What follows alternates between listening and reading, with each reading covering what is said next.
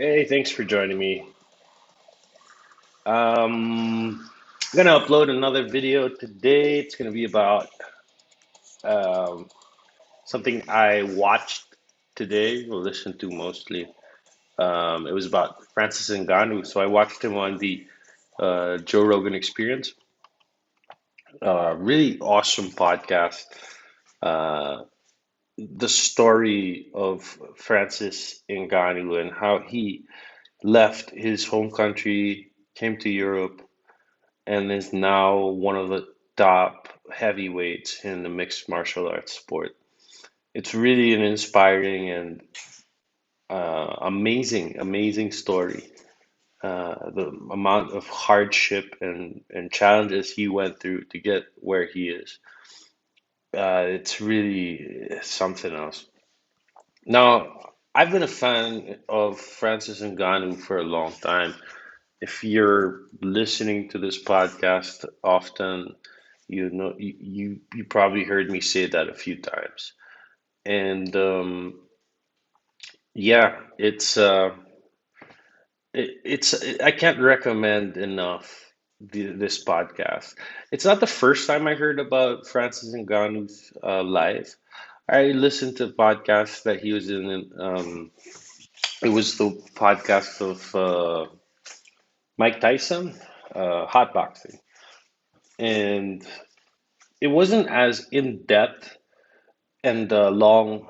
It wasn't as long as this one. This one I think went over 3 hours, but that one was I think an hour long or something, and he spoke a lot about his life, but it didn't go as in depth as it did here, and it was just really inspiring for me. I often think like I've had a rough childhood, and I grew up in circumstances that I can complain about and all this. But after listening to it, and if there's any spoilers, spoiler alert, I don't wanna ruin the podcast for anyone who might decide to listen to it now. But after listening to the podcast, I just felt like, I have nothing to complain about anymore. It's a good feeling. It's a good feeling because it just makes you, it opens your eyes to the reality of so many millions of people who really suffer so much through life.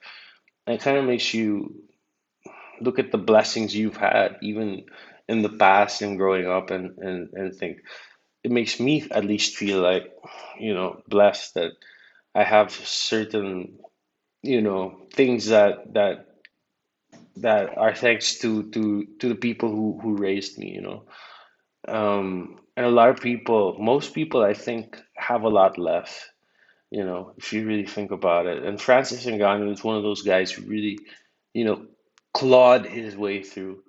Um, this guy started out in a very poor village um, in Cameroon. He traveled through a few African countries to finally get to Morocco. He spent some time there trying to cross the border to here to Spain. And it's a shame when I heard that. Actually, I felt this way the first time I heard about it last year. It's a story, but when I was like, man, could you imagine if Francis just stayed in Spain? That would be awesome. He would be bringing so much pride to Spain, and he would be also elevating the sport within Spain. It's too bad that he left, and I guess it's also the way he explained it.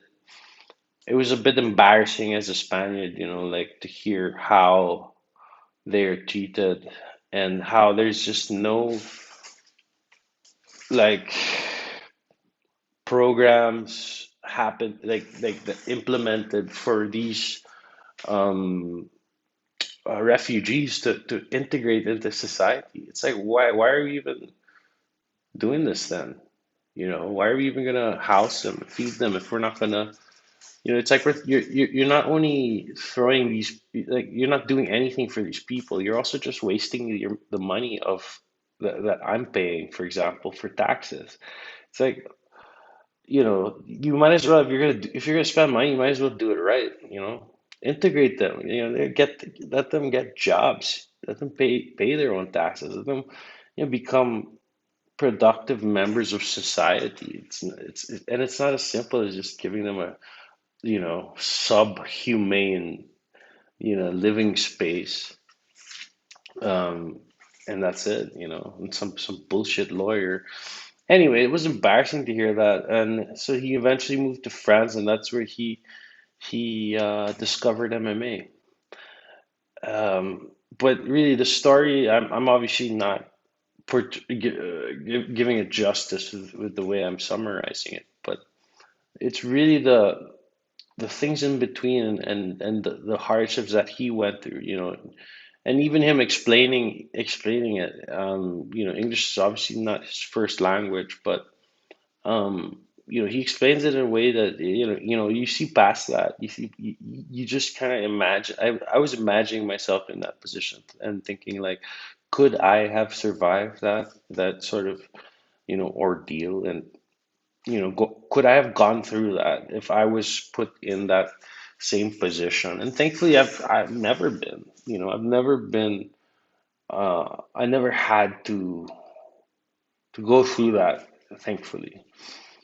And I was around people who were pretty much in that same situation. I grew up in Manila in the Philippines, and there's a lot of poverty there, and a lot of people who are, you know, will never really leave Manila, and they live in the slums, and they're uneducated, not by choice, and it's like they're hungry and malnourished, and they have no choice. They sell drugs, they do petty crime and all this because they can't do anything else, right?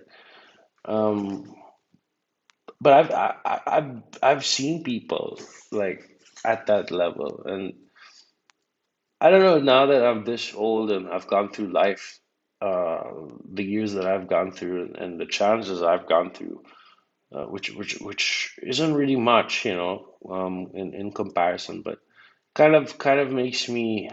Because I wasn't really affected by it, living it around it back then the way I am now. Just hearing the story of Francis Ngannou, for example, really affected me. It really struck me, and I feel like I'm a fan of Francis Ngannou, man, and it's not because he's got that strength, and he's got that physique, and really that raw talent in the octagon. It's not just of that because of that. It's always been. Well, I am a fan of those things, but it's really been more of when I first heard the story, mid last year sometime. I can't remember, but in that Tyson show, and it was like, this guy, man. He Not a lot of people have been through what this guy has been through and achieved as much as he has achieved. Even for whatever reason he retires right now, he's achieved a lot for a guy from a village in Cameroon, right? Not a lot of people in the UFC have, started there and gone to where he's gone. Some people were born into a rich family who, they put them in top level jujitsu and judo and good schools, and really great nutrition from the get-go, in their house, and they could buy the best things for their kids and best education. Um, some of these fighters had that, and you know, they're not even nearly they haven't impacted the sport nearly as much as Francis Ngannou has. So, his upcoming fight with Stipe, man, Stipe is a great champion too, and I'm a fan of Stipe. But I'm going for Francis on this one just because, I believe in the guy, and I believe in his story as well. I'm a fan of his story, and I want if I were if his story would lead him to become the heavyweight champion of the UFC, that would just make it more epic, and I think he deserves that. Like as a human being, he's working so hard to and he's worked so hard and continues to work very hard to get to this level, and it wouldn't be questionable for him to be the champion. He deserves it. But if Stipe wins, that isn't what it is. It doesn't really diminish the sort of accomplishment that is Francis Ngannou's life. You know, yeah, I just wanted to share that. I also want to say, to everyone who is looking at these videos, I really do appreciate your support. There's been some really great comments, very intelligent people commenting. That's awesome. Um, Everyone who's subscribed, really, you guys are, uh, I mean, I appreciate that support so much. And, I'm trying to make this content as good as possible. I know it might seem like I'm just pressing a, record button and speaking my mind here, but I put a little bit of work, as much work as I can into this. My budget obviously is very low, as you can see. Um, but yeah, I plan on doing this and getting better at this and investing money into this as much as I can. So yeah, I'm gonna be here. Sorry to say for anyone who doesn't like that, but yeah, I just wanted to say that. What else?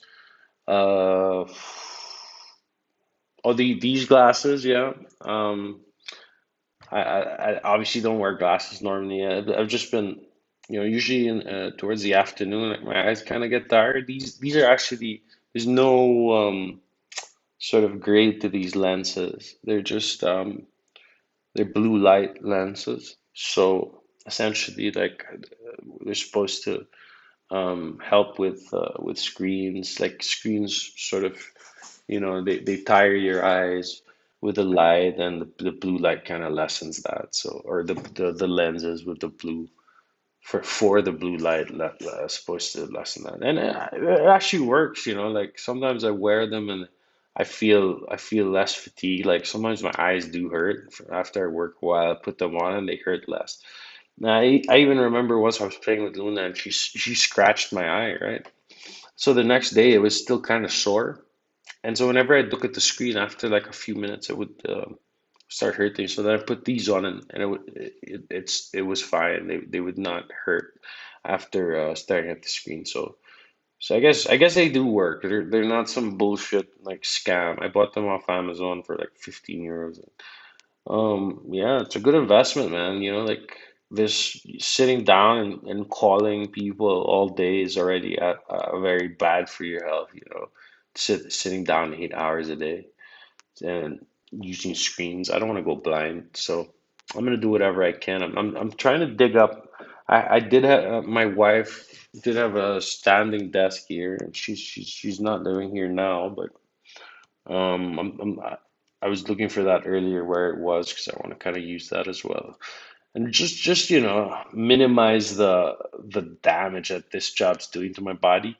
I mean, I'm trying not to be dramatic about it, but really, it's not good. Sometimes I'm working and I'm sitting down after a couple of hours, dude, my lower back starts aching a bit, and I have to stand up. It's just not good for me, I guess. And I don't think I've heard so many people say, but the body's not really meant to do that. So anyway, here I go. Going off topic again and talking about something else. But yeah, I just wanted to talk about Francis Ngannou's story. It was really awesome. I do recommend it. The Joe Rogan one is better, I think. But if you're a big fan, yeah, go look at the Joe Rogan one. Go look at the Tyson one as well.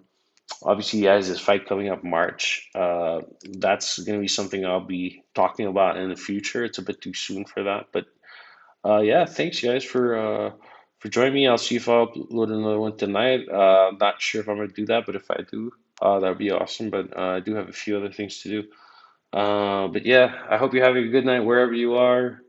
Again, thanks for the support. Please hit subscribe if you want to continue seeing this content in your home YouTube homepage. And like the video if you did. I'd really appreciate that. Please comment, positive, negative, whatever you want. Argue with me. Um, doesn't matter. Feel free to comment. But yeah, have a nice night. Have a nice sleep. Have a nice morning wherever you are. Bye bye.